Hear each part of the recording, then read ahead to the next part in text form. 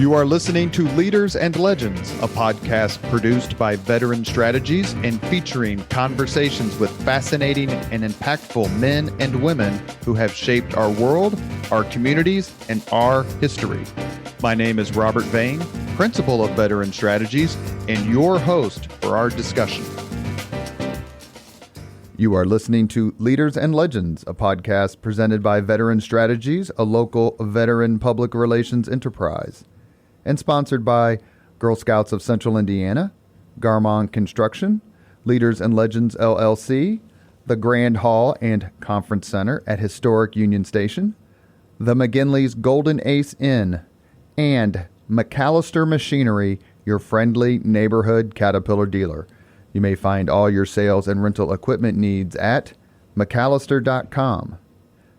We are pleased to announce our podcast is a member of the All Indiana Podcast Network in partnership with Wish TV.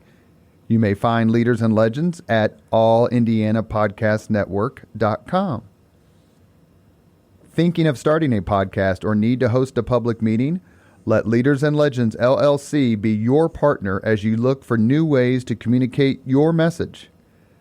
Please contact Chris Spangle and me at leadersandlegends.net.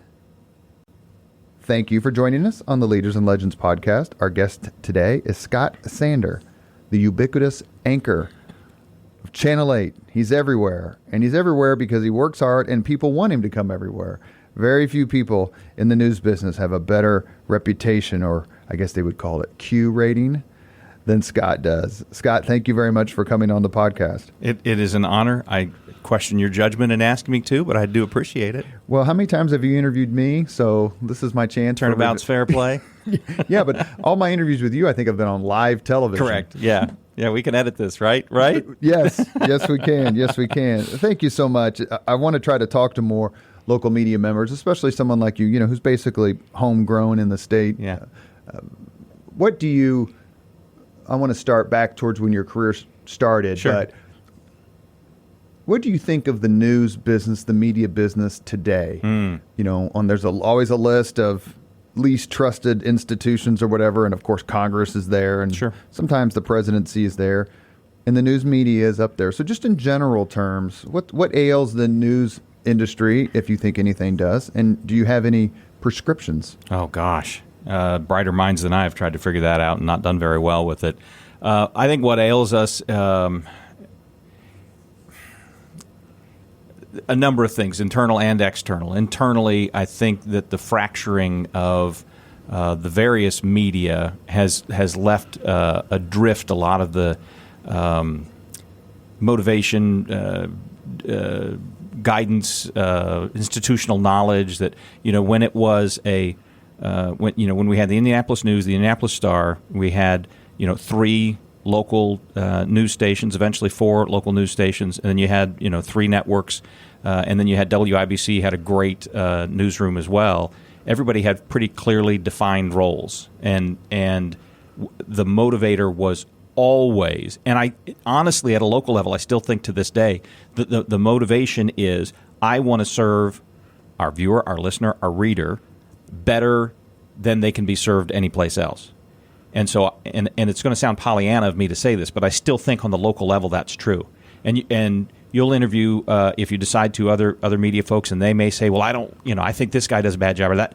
By and large, I think Indianapolis is real fortunate. And as much as, it would be probably in a business perspective beneficial for me to say, oh, I think the guy down the street doesn't do a good job. I think they do. I think largely most of the people in local media in central Indiana are doing it for the right reasons, and the results that they churn out show that.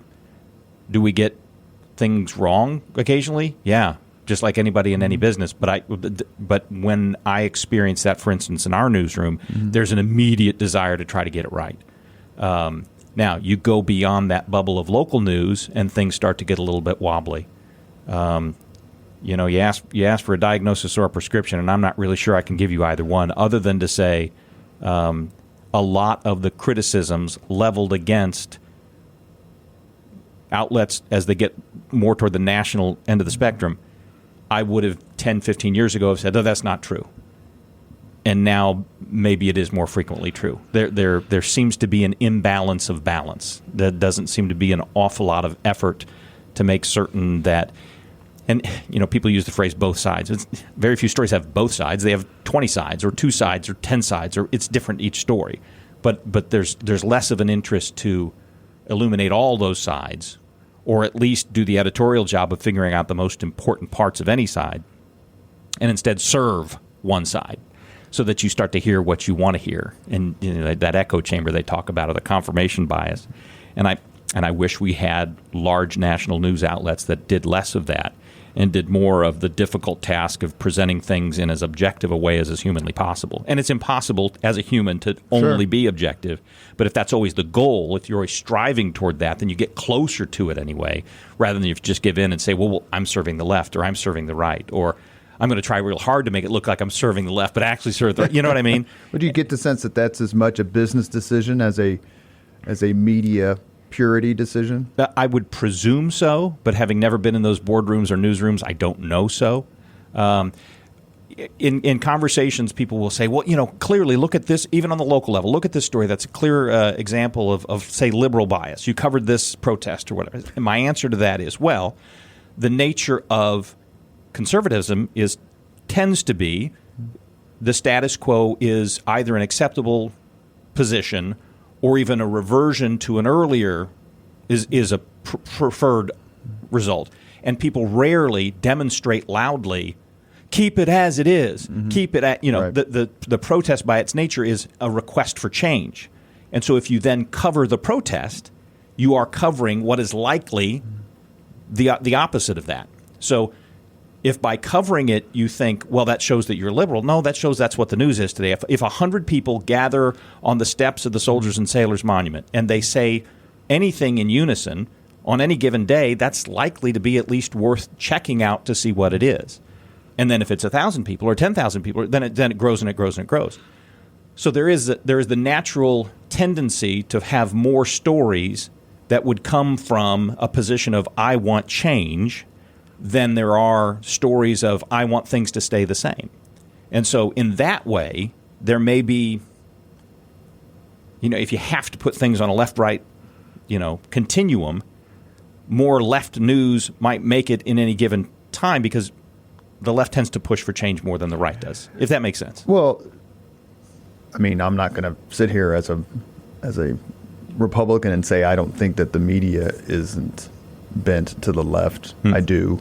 I don't know that I've had any experiences where I personally have had clients get lit up, or I was communications director for Mike Pence's campaign during RFRA, and I haven't experienced that too much.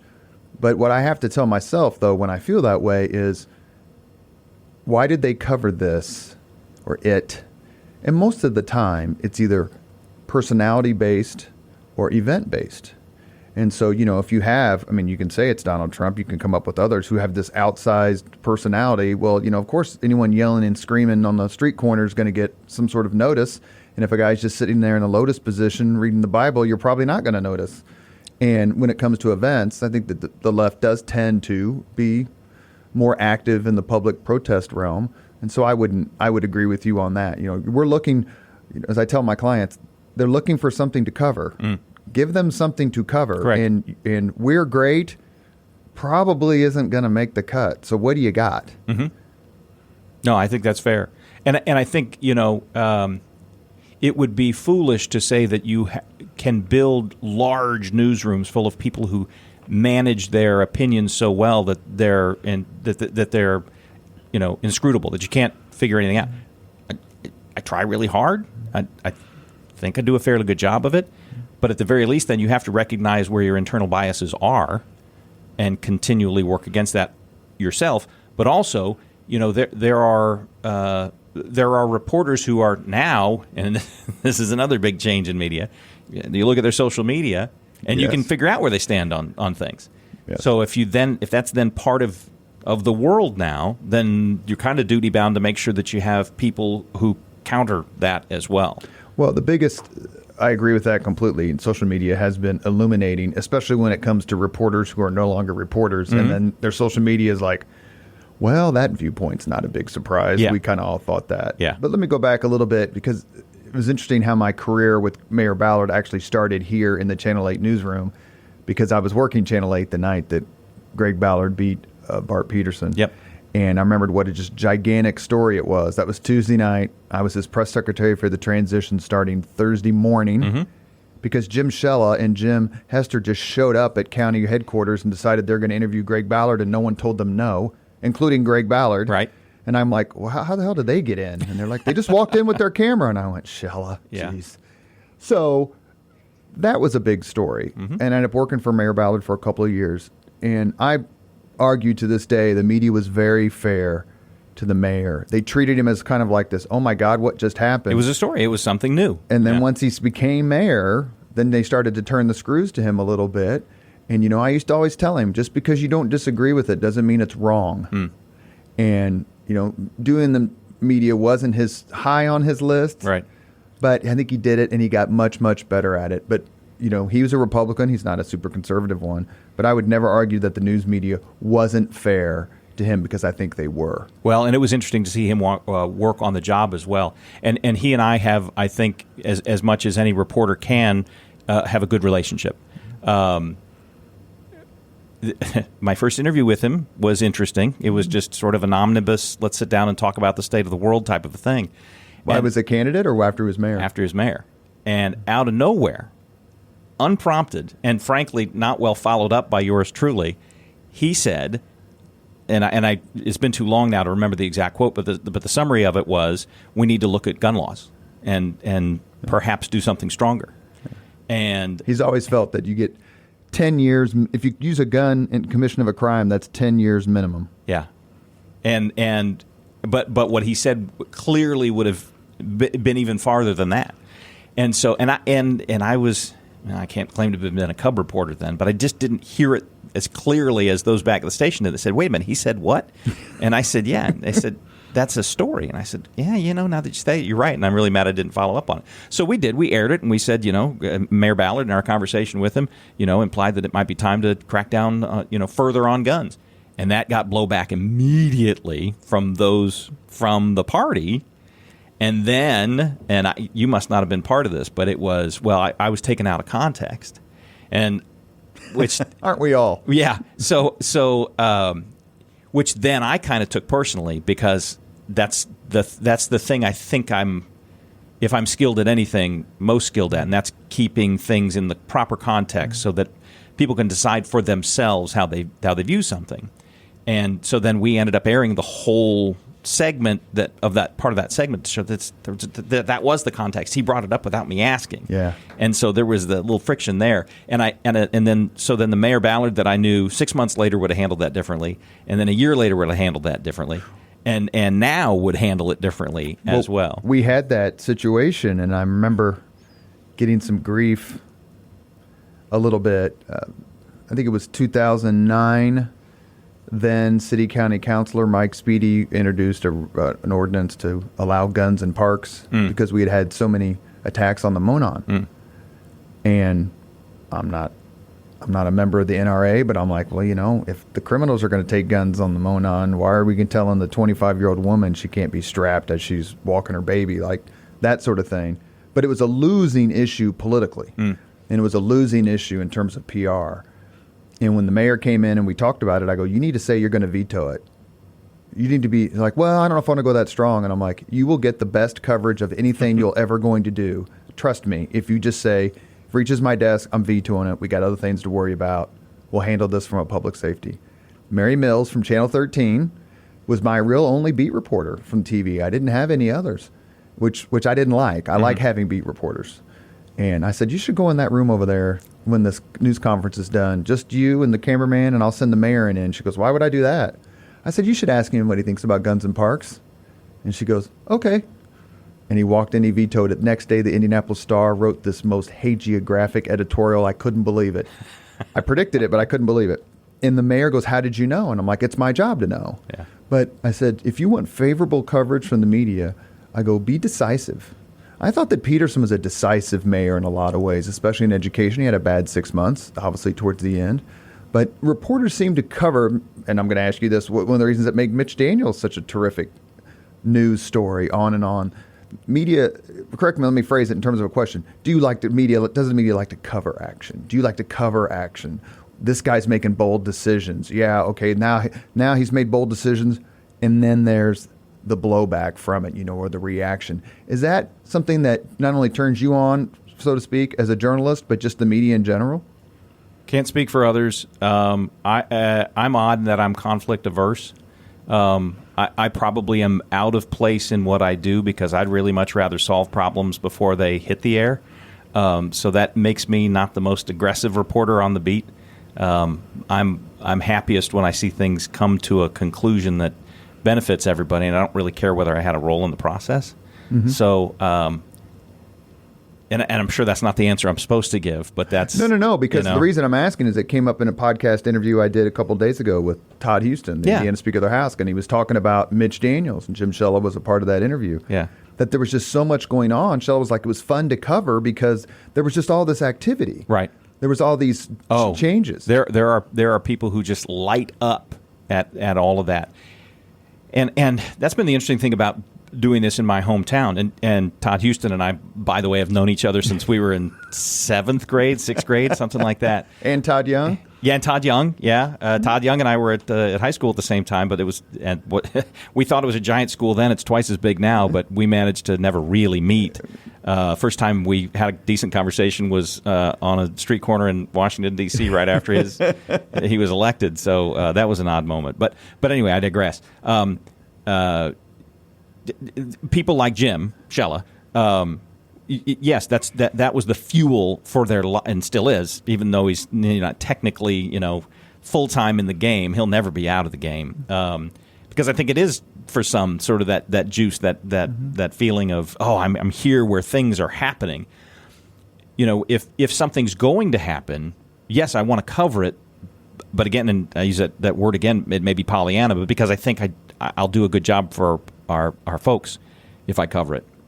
But I've been through enough really good things and enough really bad things that I don't wake up in the morning going, I hope that something hits the fan today. Let's talk about some reporters, then we're going to dial the chronology back. You're listening to the Leaders and Legends podcast with Wish TV Channel 8 anchor Scott Sander. I always thought that Jim Shella and Jack Reinhardt were the two strongest beat reporters I ever dealt with. I think that's fair.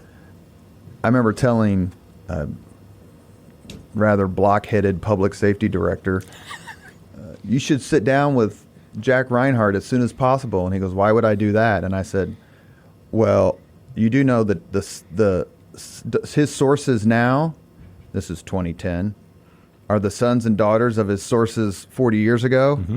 So you can learn a lot. And Jim I always thought was very fair and fun to work with. And he knew it. He enjoyed it. And he knew everything. So you could really stick to your messaging points because you didn't really have to, not educate him, but that's probably the best word. Mm-hmm.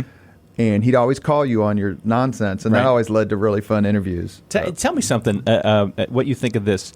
I think, and this is going to take you totally astray, and I apologize for that, but the thing about Jim is that he understands politics in a way that the majority of us don't, that you do and others in it do, but there is and we talked about social media, those of us who check in on it and feel it's an important part of our lives but don't necessarily participate in it can be very fearful by seeing the conflict between the two sides. Right. And Jim could calm me down in his own unique way by just looking at him and realizing if he's not panicking, then a lot of this is the show and the artifice that politics, sort of is founded on. That some of this is posturing, some of this is, but in the end, everybody still wants to make the budget work. Everybody still wants to, make sure the streets don't have potholes and things like that. It's just a matter of how we get there. Well, I hear a lot from reporters or media about why don't the parties work together like they used to? And my answer is always, whether it's right or wrong. My answer always is, so you want the smoke-filled room to return. You want big decisions made in a room with 6 people. Probably who all look the same, who came from the same background. Could be, for sure. And they're not having to take public positions on which they must be judged and publicized. Yeah. So you can have all this transparency and all this public performance. That's fine. But we all know, behavior changes upon being observed, right, whether you want it to or not. Or whether you want it to. And so, or do you want, 6 people in a room going, okay, I'll trade you this for this, for this, for this. And then you go, well, we need more open government. Well, you can't, a lot of times you can't have it both ways. I mean, you're arguing for a perfect world that doesn't exist. Right. And Jim understood that. Yeah. Jim understood where it's like, hey, I got to do a story on this. And I go, what'd the Democrats say? And he'd say this, and I'd laugh or whatever. I'm like, okay, so I get my turn. I mean, Jim understood and understands that a lot of it's performance art. But there are some really good, really smart, honest people in government at all levels. And eventually, the hope is those folks get to be the decision makers. We are extraordinarily lucky to have Todd Houston as the Indiana Speaker of the House. And I'll just leave it at that. Okay. Speaking of reporters here in Indiana or Indianapolis, did you have a few growing up? You ended up graduating from Carmel High School. You're born in Mishawaka, but lived in various places, but settled here in central Indiana at a relatively young age. Do you remember watching the news and who you emulated? I do. I didn't know until I was almost done with high school that I was even interested in broadcasting. And I wasn't a big news consumer back then. I remember the sports, and they were guys, by and large, sports guys back there. I remember, Ed Harding and Ed Sorensen and Chet Kopic. Chet had gone up to Chicago by the time I was really paying attention. I mean, the legend was still, very much alive. But and the guy before him on Channel 8 was Jim Wilson. Jim Wilson. I know the name well, but never saw. And so Jim Barber, I remember. Mark Patrick, obviously. Well, I worked for Mark. Right. Yeah. In fact, my first paying gig in broadcasting was for the Mark Patrick on Sports Show on WNDE in the summer after 89 or 90, when he had not yet taken the job here at Wish. And I thought he was going to be a radio lifer. And, back in the day, you would call that an internship, but I was still a high school kid, so it wasn't an internship. I just showed up at the door and said, "Hey, do you have anything I can do? I'll sharpen pencils." I started getting his dry cleaning. So his son Drew, right, was tiny, and I remember I went to Z-Bart to pick up Mark's truck one time. I mean, that's the kind of job that sure. But he would let me prepare the show open, and he would let me prepare some sports hits for him, and. Then he once let me do it on the air, and I did okay. And Mark could be tough, but I must have done okay enough that he then basically said, "This is what you do from now on." And I would then do 6 or 7 reports every. I forget if it was a 3 or 4 hour show, and it was unbelievable. Here I am, 17 years old, doing almost full-time radio in Indianapolis, all because of Mark. So yes, Mark will always be a favorite. Well, I know Mark can be tough because I used to referee his son in AAU basketball. Oh, gosh. The earful I imagine you got every game. Brian Hammonds is another one who then went on to the Golf Channel. And now Brian and I know each other from, playing golf as old guys. Is it hard to be in the – hard's not the right word, but would it be – does it seem essential to be in the media and enjoy sports, even if you don't cover sports? Because that is such a huge part of the public's. It's part of the fabric of what we do. So and it's interesting that you ask this because so I've been doing morning news for probably 27 or 28 of my 32 years in the business, and so my schedule is wonderful for family and terrible for sports. So I was a baseball guy, a football guy, a basketball guy growing up. I'd watch anything. I can't stay up till 9 o'clock at night. I have not seen a World Series game to the 9th inning in probably 10 years. What time do you go to bed? I try to go to bed 7:45, 8 o'clock. And you wake up at? 2:45. It's more often 8:30 or 9 that I go to bed. So what has happened late in life is I've become a massive fan of soccer. Because of the European? Because European soccer is on at 7 o'clock in the morning or 8 o'clock in the morning or 9 o'clock in the morning. My favorite side is a German team out of nowhere. I didn't know. My stepfather played for IU when it was a club sport at IU, so before all the national championships. But he would take me down to Bloomington and watch a game here and there in the mid-'80s. And I was like, well, this is fun. They just won another national championship. Must be no big deal, right? Right. Turns out it's a huge deal down there, but and should be. I just thought it was somehow easy for them, but no, they were just that good. But I didn't think about soccer again for 25 years until then my son started playing, and I'm like, well, this is not something I know very well. Well, I realized you show up, you sit down, the game never stops. Everything is a scoring opportunity. There's incredibly intricate strategic decision-making that happens on the fly. And as a parent, the best part is in youth soccer, in 30 minutes, there's a 10-minute halftime, and then there's another 30-minute period, and you go home, and that's it. Because, like when he'd play baseball, it'd be like, we're going to be here for the next hour and 10 minutes or 3.5 hours. We're not really sure. And then we'll come back in the afternoon and do it again. So anyway, long answer to the question that deserved a short answer. Yes, I'm a sports fan, but because of what I do, I've changed dramatically in the kind of sports that I enjoy. Now, back to the original question. Yes, I think it's critical. So I didn't grow up a Colts fan.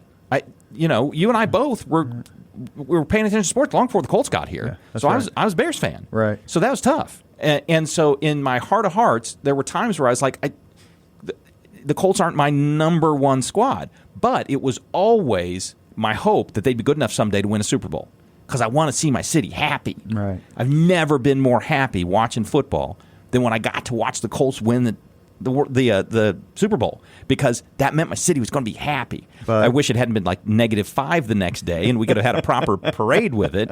And who'd they beat? Well, they lost to the Saints and they beat the Bears. That's right. And by then I had sort of edged out of, being a mega Bears fan. But so yes, I think it's important that you if you don't like sports, that's fine, but you have to appreciate how they weave into the fabric of a community and bring pride, bring embarrassment, bring shocking moments, bring sorrow, all those things because they're charitable. These sports teams charitable. are incredibly charitable. So they're an extremely important part of the fabric. So yeah, I think if you don't love sports, that's fine, but you have to have an appreciation for their role. You are listening to Leaders and Legends, a podcast presented by Veteran Strategies, a local veteran public relations enterprise, and sponsored by Girl Scouts of Central Indiana, Garmon Construction, Leaders and Legends LLC, the Grand Hall and Conference Center at Historic Union Station, the McGinley's Golden Ace Inn, and McAllister Machinery, your friendly neighborhood Caterpillar dealer. Our guest today is Wish TV anchor Scott Sander. Shout out to Troop 1887, by the way, Girl Scout dad, proudly. So I'm glad to hear that they're sponsors. I will make sure that Danielle Shockey knows that, my sometimes co-host and head of the Girl Scouts of Central Indiana. She's terrific. She's a force. I've had been fortunate to talk to her a few times. Absolutely. That's a great way to describe her. She's making a hell of a difference in that organization. Is there a particular Hoosier leader or legend you admire most? Oh, wow. That's a good question. I think we tend to elevate in our minds the people who did what we perceive to be good things at a certain age in our lives. So if you ask me 50 years from now, I might have a different answer. But I know that I came of age in the time of Dick Lugar and Bill Hudnut, Governor Orr. They all kind of loom large in my head, and I have a sort of a rough approximation of their legacy in the state. And so that sort of that whole era of leader, I've just always kind of known about. And so when I think, well, what were the days when I most kind of wish we could say, well, there's a person of at least what seemed to be integrity. I was a kid. I don't Right. know if Richard Lugar was as tremendous a man as he always seemed. I hope that he was. My grandfather was the director of public libraries in Indianapolis, and and worked with then Mayor Lugar, and then when he went to Congress, Grandpa was a big supporter, and so I always had this feeling that that's what you aspire to, public service for the sake of serving the public, and it may sound silly to think that journalism offers that as well, but I think if you do it for pure reasons, you can strive toward that. You'll never get toward it. You'll never have that kind of impact. I mean, you're not changing lives, but maybe you're making, hopefully, lives a little easier just with the information that you can pass along on a daily basis. You started... Him and Razor shines. So, going back to baseball. Do you have one or two stories? Because I want to ask you about Columbine. Yeah. Because I know you were there covering that story. But here in Indianapolis, do you have a couple of stories that stand out for good or ill? That's a good question. At the risk, and we use a sports analogy here, at the risk of punting to something safe, I don't think I understood how important the Peyton Manning era was for Indianapolis when I was not living here. So I was out at Denver at the time and actually watched them win 2 Super Bowls, and then came back and I wasn't a Tennessee fan, so I wasn't necessarily a Peyton Manning fan, right. and it was Edgerrin James is fantastic, and we got these great receivers, and I'm like, okay, I come back, and then gradually I start to realize, no, this isn't just a good team. This is sort of like a transformational era. Listen, when we were young, Saturday Night Live would use the Indianapolis Colts as a punchline, right? And Lord help our Colts. Yeah. Oh God, Duke Tomato, come on. And so to see and to be here for the payoff of that era, and then to see what the city did to launch even farther beyond that, and one can argue about whether the decisions that the city makes are good or not good, about how aggressively we court sports, the resources we put toward that. That's not for me to say. But it's been fascinating to see how the impact 3 or 4 people can have on an entire city by winning some big games at the right times. You mentioned earlier, we talked a little bit about being involved in the community. Mm-hmm. So many media members are hyper involved in the community. Mm-hmm. A lot of it is in hosting events or lending their credibility. I think you did the Living Legends induction one year. Was that the year Mitch Daniels got in? I've been doing it now, I think, for 8 or 10 years. Yeah, that's a terrific. I've been there 3 or 4 times. Yeah. It's a terrific event. Yeah. How important is it to embed yourself as a member of the media to the community you cover in ways like we just described or others? I don't know. That's an interesting word, embed. I think it may imply a thoughtfulness that I can't claim. I have been very fortunate to be asked to do things, to whether it be a master of ceremonies or coverage or whatever, and I've found it tremendously gratifying to be part of that. But I actually, I guess I take more pride, for lack of a better term, than, for instance, being involved in something that my kids drew me into, like the Girl Scouts or whatnot. So I again, and I go back to, I don't think I'm a very good reporter because I don't hunger for that controversial moment that becomes a career-defining story. But when the Historical Society says, we have some folks that we'd like to honor, and we think that you'd find the right tone to do that, or the Indianapolis Fire Department says, we want to recognize the people that we consider heroes, and we think you'd find the right tone for that. Or for a long time, the Red Cross had their Hall of Fame awards. And I don't know whether it's been valuable to me, but I never really approached it from that. It's humbling, and I'm very honored that they think that I do a decent job of that. I don't know how many TV interviews I've done, hundreds, I guess, but that pales in comparison to how many times you've been on TV, thousands upon thousands. Yeah. Do you ever get nervous?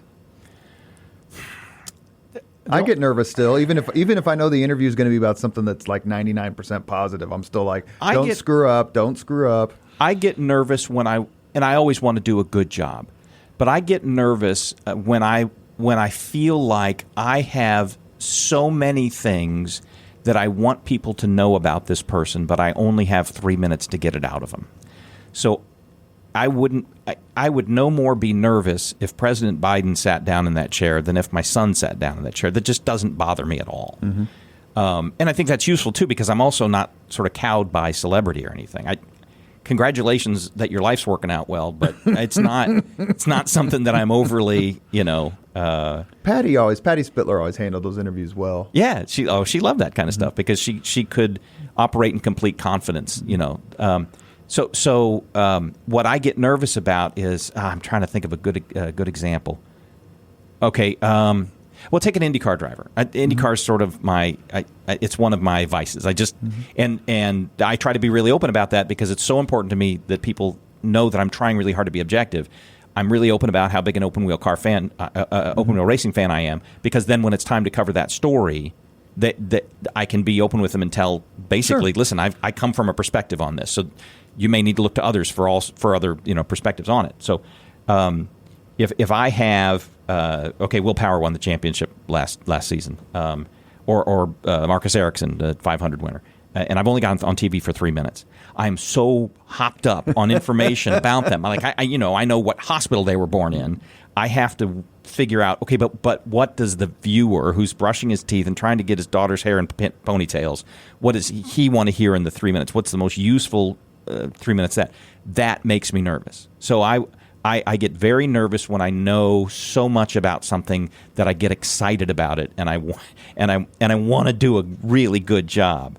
But how do you strike the balance between being moderately self-congratulatory and moderately self-critical? Tell me more about what you mean about self-congratulatory. I did a great job. I broke the story. Hey, it's an exclusive for Channel 8. They're not going anywhere else. Hey, my name's Scott Sander, and I have 10 Emmys, which, by the way, he does have 10 Emmys, which are, I think, in the closet. Attic. Yeah. So, everyone gets pumped up about the job they do, but at the same time, in the public eye, which you are by definition, you, as you say, there's some pressure to get things right, and when they are not right, then some, self-flagellation comes aboard. So a lot. Yeah, so you have to balance that, and I'm just wondering, even in your anchor position, sure, how do you do that? Poorly. No, I'm the kind who immediately regrets a small error and will dwell on it the entire month. Which may be useful as well, because I think people that take the dissemination of information seriously also take the responsibility of doing it properly seriously, and that probably tends then to draw in the kind of person who wants to get it really right. I probably could use congratulating myself a little bit more. I'm terribly uncomfortable with it because I don't necessarily think that I've done anything that 100 other people didn't do before me, and 1,000 will do better once I leave. So I will say this, and it's interesting because people who've never been in a newsroom will presume that a lot of the decisions that I make are driven by a fear of what my boss wants, or a fear of getting in trouble in a courtroom, and sometimes even people that I work with, they'll say, well, I know you don't want to say that because it could get you sued. I'm like, no, I don't want to say that because it's not the correct thing to say. Mm-hmm. And I've been incredibly blessed in my life to work for bosses who have never told me what to say. We'll get together and put a message together and say, well, this is the information we want to give, and this is how we think we ought to do it. But I've never once had, if I said, I don't believe this to be true, or I'm uncomfortable saying this, I don't think I'm the right person to be saying this, I've never had a boss yet who has said, don't care, say it anyway. But a lot of people in our industry have had that moment. I think that's the best thing that's happened to me, is to have the freedom to make decisions and live by them, and not be motivated about, I don't want to get in trouble. I don't care about getting in trouble. I just care about getting the thing right.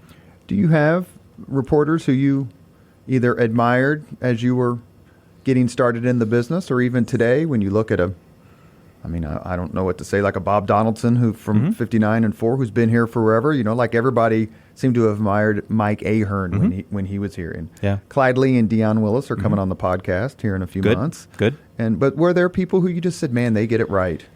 You know, I think it's the people who tended to reflect whatever they were saying away from themselves. For me, the acid test is, and I feel like I can tell instantly whether somebody is on TV because they want to be on TV, or if they're on TV because they think they have a useful way of communicating important information. And from Howard Caldwell through Clyde and Deion and Tom Cochran, who hired me, and you know, all the names that you've mentioned, really, truly so far, including Jim and Jack and. What about? Let me ask you to give another name, because he was one of my very first podcast guests, and he's just so. I hate to say the word lovable, but that's the word I'm going to use. David Barris. Oh yeah. Well, the funny thing about Dave is Dave looks like this all must be shtick, but it's not. That's actually who the man is. So you can tell a lot about somebody when their guard is down and the lights are off and they're not wearing their makeup. And Dave's exactly like Dave is. My connection to Dave has been interesting. I think he'd put it that way as well, because he did the Daybreak show for 20 years before I assumed the role, and now I've been doing it for 16 or 17 years. So for the last couple of generations, sorry if you've been watching Wish TV in the mornings, you picked me or Dave. But there was that, Dave had a lot of career left when they made that change. And I don't think they ever, and this is several administrations ago, ever really explained to either of us why they made that change. I tell myself, hopefully things worked well for Dave. Dave's got a tremendous family, and maybe he got to spend some more time with them. But I never talked to him about it. And I know Dave wishes me well, but I'm also doing the thing that he did a little better than I do it. And so that, I'm guessing, is tough too. But Dave was never anything but supportive. The day that we sort of made the change on air, which was horribly awkward. Wait a second. Was it Jane Pauley, Deborah Norville awkward? No hug? We did not hug. We should have hugged. No, but he gave me a mustache. He gave me a fake mustache to put on, and basically said, "Listen, if this gets tough, just put this on." And that's when I knew, no matter how weird this is for both of us, he's a good dude. Absolutely. Yeah. We were talking about stories here in Indianapolis, and we have a few minutes left with Wish TV morning anchor Scott Sander. Let's talk about a story you covered in Denver. It was the Columbine High School massacre. That was about 30 years ago, was it? It was April 20th of 1999. So a little more than 20 years ago. Yeah. And I'd have to really kind of 20th, I've forgotten. Search my memory, but I mean, I remember the names, and I know you do, of the two murderers. Klebold and Harris. Yeah. What was that day like for you? And obviously it was not just a one-day story, but right. It happens every so often that the eyes of the entire country can settle on one particular place because of an event, as we were talking earlier. Just take us through a little bit of your memories of that coverage, an event. So it was a day off for me, and I had actually been out playing golf, which, in contrast to what was happening a few miles away, just, I don't know, seems almost obscene, but it was a day away, and I went in after 9 holes to get a soda, and I looked up, and they had our station on. It was Channel 4, the CBS station in Denver, and they had us on, but it was 12:35 or whatever it was, and I said, well, we're not still on the air. What are we on the air for? And I look up, and it's Rick Salinger, who is, you want to talk about great reporters. Rick worked here in Indianapolis for a number of years, and he's been out in Denver for far more than that. And he's just a tremendous reporter. And he was not typically an anchor. And I look up, and he's on our anchor desk, and I'm like, what the heck is going on? So I call into the station from the phone at the pro shop, and I get our brand new news director. Oh. Like that week is my memory. Maybe it was 2 weeks, but and I said, "This is Scott," thinking, well, everyone knows who Scott is. What's going on, and do you need help? And she says, "Well, this is Scott. This is Angie the news director. Who are you? I said, I'm your morning anchor. and what's going on? And she says, well, we think there's been some gunfire at Columbine High School. And I hear her say to our assistant news director, do we need people to come in? And the assistant news director goes, yes. And I said, okay. And I heard that. And I said, okay, I'll change and come in. And so in the 15 minutes between when I hung up the phone, got home, got dressed, and got back in the car, there was a station that was a lot like the old WIBC in the huge newsroom in Denver. And I turned it on, and it sounded like a war zone. I mean, it was clearly massive news. And so that was, I kind of drove, I decided to drive straight to Columbine once I realized what was going on, because I knew there wasn't going to be driving all the way into downtown. I was on the south side, and that was sort of southwest. Mm-hmm. Driving all the way downtown wasn't going to do any good, so I drove straight to Columbine. And and by the time I got there, I mean, I was 10 years into a career then, and I thought, well, I've seen everything. No, you haven't seen anything. Take every emergency vehicle that you can imagine in your community, and then realize, oh, there's 10 other communities here as well with every bit of their emergency gear. Right. We already had reporters on every live truck that we could use, and back then there were none of these cell backpacks or things like that. Sure. So if you didn't have a live truck, you weren't going live. And I didn't really have a place to help out, so I just kind of jumped in and I started writing, and I started finding interview subjects and things like that, bringing them over to our reporters and whatnot. And what I remember is for the first time seeing a deep humanity in some of the reporters that I worked with that we always sort of insulate ourselves against, and that the most hardened hard news reporter that I've ever met broke down in tears trying to cover the story because she's a mom, Yeah. How do you handle the parade of parents coming to the school to find out if their son or daughter or sons or daughters are still alive? You don't handle it. You just you hopefully react like a human being. I'll never forget. So Dave Sanders was the teacher who was killed. Sanders, mm-hmm. There's a commonality of the name there. Daughter, Angela Sanders. My sister is Angela, was Sander, mm-hmm. now Major. But so again, there was, and she came up to me very early on and said, have you heard anything about who's still in there? Because I haven't heard anything from my dad. And I said, I haven't heard anything. If I see you and I've heard something, I'll find you. And then I didn't see her again. And then I found out my wife, who was working in the competing newsroom at the time, mm-hmm. had gotten a call from Angela Sanders, and it stuck in her brain because her sister-in-law is Angela Sander. Right. And she goes, I got this call from Angela Sanders, about her dad. Her dad apparently is a teacher. We still didn't know that he'd passed. So we're talking about this thing. I said, I met her too. I mean, of all the thousands of people around here, we both met her. Isn't that interesting? And then when the names came out, it was like Dave Sanders. And I'm like, I mean, I wish I could compartmentalize better the emotions from the job. And some are really good about that. And I'm really bad about that. But if you had known her father was one of the victims, right, would you have told her? Boy, that's a great question, and I couldn't answer. And I don't know if my answer would have changed in the last, 23 years or whatever it is. In covering something like that, yeah, how do you decide as a reporter or a media organization, right, too much? Yeah, that's another thing that I wish I was a little more ruthless about, because there are reporters who know instinctively and instinctually it's more important that this come out than I feel good about it. And while doing news in your hometown gives you tremendous resources, I could call up the speaker right now, mm-hmm. and we'd spend 30 seconds reminiscing, and then we could talk, and that's valuable to me. Right. It may be valuable to him too. I don't know. But this is still my town.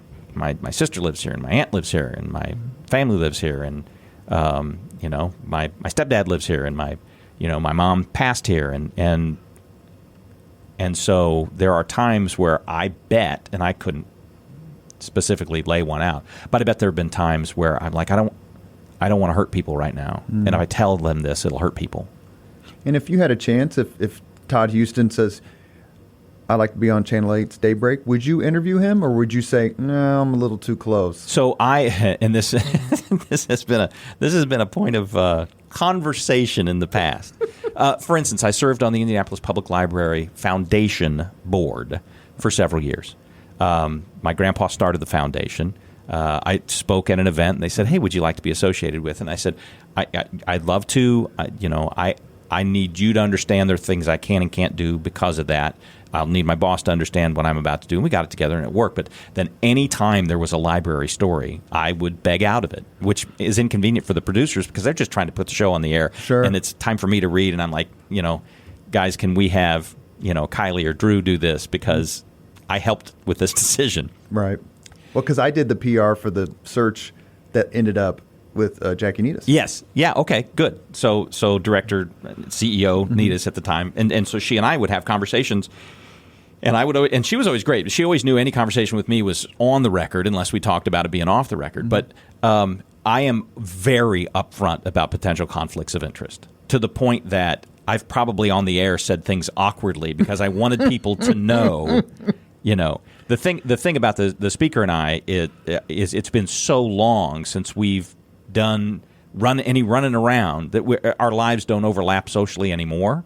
But if they did, you bet I would be the kind who would say, "Hey, as we start this conversation, always want the viewer to know, the speaker and I have known each other for a long time, and And so the next time I'm interviewed on Daybreak, will you mention you came on the Leaders and Legends podcast? Well, that's just good business for you. I'd hope. We've reached the point in the Leaders and Legends podcast where we ask the same 5 questions of all of our guests. And I have one question I'm going to ask you. I've never asked anyone else. Oh, gosh. But before that, I just reread my notes. I wanted to ask you very quickly, technology. Yes. How much has that changed your world as a member of the media and in the 30-plus years you've been in this business? Tremendously. It has made more information immediately available. It has made it more difficult to figure out if that information is accurate. It has opened up social pathways that I think expose a journalist in particular to dangers that they don't even realize. If we maintain a social media presence with our friends and family because they're our friends and family, then do we reveal things about ourselves that we've spent our whole career saying, it's important that I not have an opinion on this? And so I think access to information is awesome, but the ability to understand whether the information is legitimate or not is... I don't think that skill has developed as quickly as the ability to surf and Google and whatnot. And so it frightens me because fairly frequently there'll be that moment where you're like, oh, hang on, just because this was on Wikipedia doesn't mean it's necessarily right. It may very well be right, but let's go ahead and do the old school stuff and find a couple of other sources of information and make sure it's right. So I'm sort of the slow roller with all of that, which hopefully is still a valuable thing. But as many problems as it enables, I will never be one to argue that people should have less access to information, whether I'm involved in the process or not. Sure. We'll get to the 5 questions. I should have studied. Well, these are a lot easier than the questions you've asked me in the past. Okay. Number 1, what was your first job? My first job was working for Mark Patrick on WNDE. That was your first? That was my first job. Now, but I ought to tell you the second job because that didn't pay well. I was also, and this is not this is not sexist to say this. The job was called Supermarket Display Lady. That was the company. Founded in the classified ads, probably in the Star because we took the morning news. And it was going to Marsh and Kroger with a card table and a knife to sell Brayburn apples or Hostess. Really? Chocolicious. Sun Chips. I was one of the first display ladies for Sun Chips. So if you walked around, say, the 96th Street Marsh or the 116th Street Marsh or the West Side Kroger, anytime in summer of 89 or 90, I very likely handed you a Brayburn apple. Those are the expensive ones. Yes, they are. Number 2, what was your first concert First concert. that you paid for? I'd rather just say my first concert. Is that okay? Sure. Because it's a good story. Do you remember when the Pacers were having such a tough time drawing that the Pacers would be the opening act for a concert? I saw B.B. King and Lucille do their thing after a Pacer game at Market Square Arena, early 80s. I couldn't tell you the year. But that was, I mean, it's hard to follow up with a better concert than that. So, yes, when the Pacers opened for B.B. King, that was my first concert. First one I paid for was probably the Genesis Invisible Touch Tour at the Hoosier Dome. Oh, yeah. I'd love to have seen Genesis. I was in the Army when that came through. Yeah. But what a band. Yeah, and the light show, and it was a spectacle. A little synthesizer heavy now when you look back on it. You're like, didn't age great. The 70s Genesis stuff is fantastic. But anyway, yeah. So that's probably the first one I paid for. Number 3, if you could suggest any book for someone to read, which book would you choose? All right, I'll try to avoid the obvious. What book would I suggest people read? Historical Baseball Almanac by Bill James. Number 4, I used to read that all the time. Yeah, when I was a kid. I know. I haven't really even followed the game much lately, but I still read the almanacs. Number 4, if you could witness any event in history, be there in person as it happens, which event would you choose? Which event in history? Gosh, you could get yourself into so much trouble by diving into this. So I know enough people of deep faith and enough people of deep skepticism that I think what I do would be useful in figuring out which stories of the Bible happened the way that they are now presented in the King James Version. I would like to have been an original witness to some of those so I could come back and say, well, either through translation or through misreporting or whatever, this didn't happen this way. Or, yeah, no, that's right. That's exactly. So I'd love to be able to help all of my friends figure out a little closer to the source on that stuff. That's a great answer. We get a lot of Sermon on the Mount, resurrection, crucifixion sort of answers. So that sums them up very well. Last question. If you could have dinner with anyone living today, 2 hours off the record, talk about anything you want, whom would you choose? I should have studied for this. You don't give me time to think when I'm on the set. No, that's true. I expect answers right away because we've got a commercial break coming up. Any living person. See, that's the rub, and that's why it's a great question. Living person.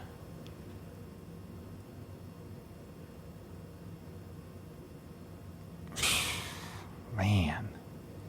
38 names are running through my head right now. Everybody from Volodymyr Zelensky to Whitey Herzog to any living person that I could spend a couple of hours with. I will say, see, you've got me in a sort of like a news frame of mind, but that's not where I usually reside. I'm trying to knock all these sports names back as they jump into my head. Who's the coach of your favorite German soccer team? Well, okay, so right now, I wouldn't pick him. Okay, Jurgen Klopp, who's currently the coach of Liverpool and coached Dortmund for years and years and years. That's a great answer, Robert. Thank you very much. We're going to go with Jurgen Klopp. He was an early proponent of the Gegenpresse, which is sort of a high pressing style where your forwards come up on the defensive back line and the keeper as hard as they can to force turnovers, but also to be ready when they turn the ball over to immediately press back and try to catch the defense as it's turning into the offense and has that moment of uncertainty of what to do with the ball. Oh, I have the ball now. What do I do with it? That, Klopp would say, is the most dangerous moment for the defense now offense. And so that's when you want to press the hardest. Thank you, Jurgen Klopp. That's who I'd like to spend 2 hours with. Last question, a sixth question, which has only been asked of Mr. Scott Sander. Oh, gosh. How important is it to have such phenomenal hair when you're on TV every day? I honestly have never really given it a moment's thought, but I've had enough people give me guff about it that I guess... Like Roger Harvey or Chris Gall and all these other hair helmet people? So we ought to have a society. You should. So I saw Gall in Dick's the other day, and, we know each other because we, I report on the things that he works on for the city, and we've never said this before, but I do have to assume that there is it's somewhere in the thought process, he also has a lot of hair from both of us. You know what I mean? Mine's nowhere near as spectacular as Chris's, but it's still somehow fairly full. So it's magnificent, if I may say. You have been listening to Leaders and Legends, a podcast presented by Veteran Strategies, a local veteran public relations enterprise, and sponsored by Girl Scouts of Central Indiana, Garmon Construction, Leaders and Legends LLC, the Grand Hall and Conference Center at Historic Union Station, the McGinley's Golden Ace Inn, and McAllister Machinery, your friendly neighborhood Caterpillar dealer. Our guest today has been 10-time Emmy Award-winning journalist, Scott Sander. It was a lot of fun. It was interesting to be on this side of the interview. Yeah, it was a little intimidating to be on this side. You could say you were nervous. I asked if you were nervous earlier. That is true. I was as nervous to do this as anything I can remember in the last many years, for sure. Thank you very much, Scott. It's an honor. Thank you. Thank you very much for listening to Leaders and Legends, brought to you by Veteran Strategies Incorporated. If you want to contact us about this program or our menu of public relations services, please send us an email at robert@veteranstrategies.com. That's robert@veteranstrategies.com.